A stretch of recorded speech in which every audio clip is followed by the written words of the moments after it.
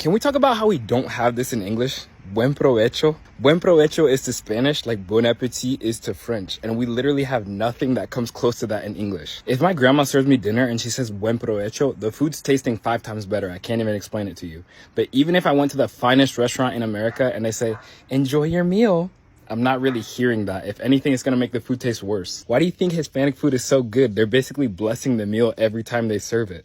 And it also just kind of like initiates the meal. You know, like we can't start eating until somebody says buen provecho. So next time you're out to eat with your Hispanic friends, hit them with buen provecho and watch how their whole mood's gonna change.